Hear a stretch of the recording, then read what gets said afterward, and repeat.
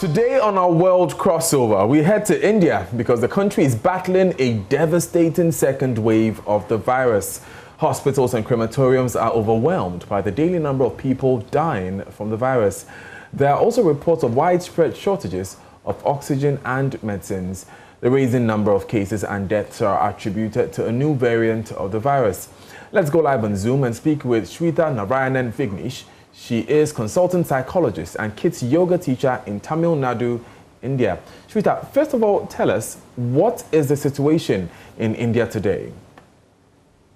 Not really nice right now. We are having plenty number of cases. The frontline workers are working throughout the day.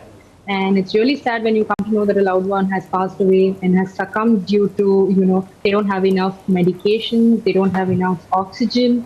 So it's a really sad state for now.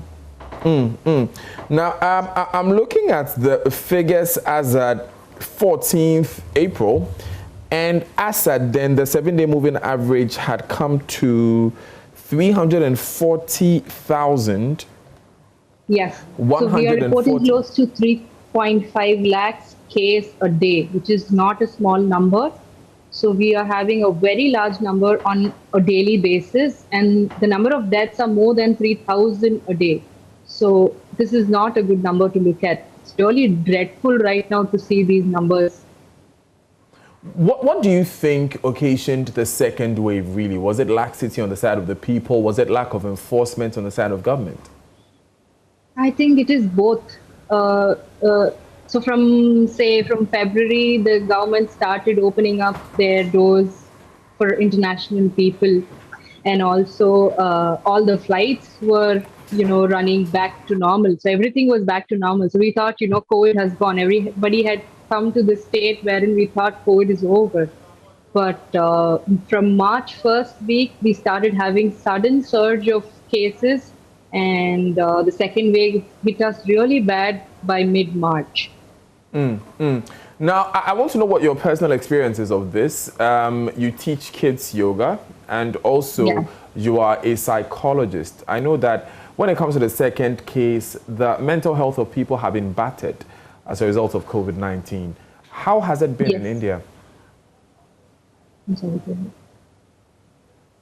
Yes, so right now I have been taking a lot of psychological counseling for people, and those people who are already having psychological issues have a tough time battling with their panic attacks or with their anxieties. There's a surge in the number of clients that I've been having in terms of anxiety. People are anxious about their health. Will I die? This is the question I get to answer on a daily basis. People are scared they would die due to COVID. So that anxiety and also coupled, is coming of course, to them, with the... and it's really dreadful for them to cope with this right now. But so are kids getting the time to learn yoga in a time like this? Yes, so I do teach kids yoga online, and it's been a blessing for them because they don't have any physical activities and schools are shut. So they really enjoy my classes because this is a break for them and they like moving themselves around. And I can imagine that would help your mental health as well, having to spend so much time with so many amazing kids. That's right. Keeps you sane.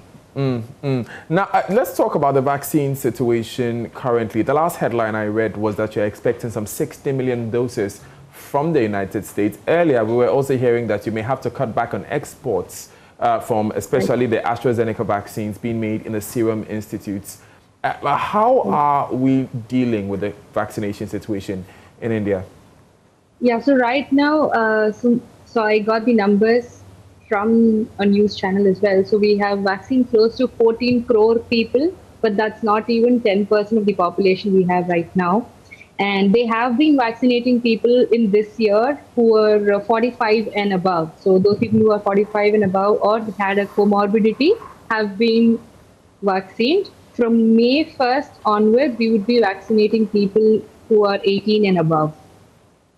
From May 1st. So that means then that this situation, unfortunately, may have to continue for a while. What does that mean for you? Right. It is not nice. I have a kid at home. I have a toddler at home. So he's 3. We were to join school this year. doesn't look like we would have normal lives for next 6 to 7 months. That is what the doctors have been predicting. So they have predicted that we would have herd immunity by Jan 2022, which is really far. Now, what does this mean for the normal way of life, especially in the economy of India? India, of course, is one of the giants of the world going forward with your huge economy. We know that there are lots of projects, for instance, being done in Ghana that were India sponsored. How is the situation looking like economically, given the situation of last year and looking at you facing another close to 7 months like this? Yes. So already due to the first wave, a lot of people had lost livelihoods. I'm talking on an individual perspective. And also a lot of companies had to cut back on workforce. So this has hit a very big crowd, which has also caused depression, and I'm handling those cases as well. So as an economy, we have shattered already. We were looking forward to build ourselves back in this year, 2021, but doesn't look like that is possible anymore. So we are really looking forward to what the government has to do about this. But I think the first aim would be to first help people who are in this medical pandemic situation wherein they need help now. Since you bring up the government, let me ask. We saw all sorts of interventions coming up across the world. What kind of support is the government providing for persons who are worst hit in India?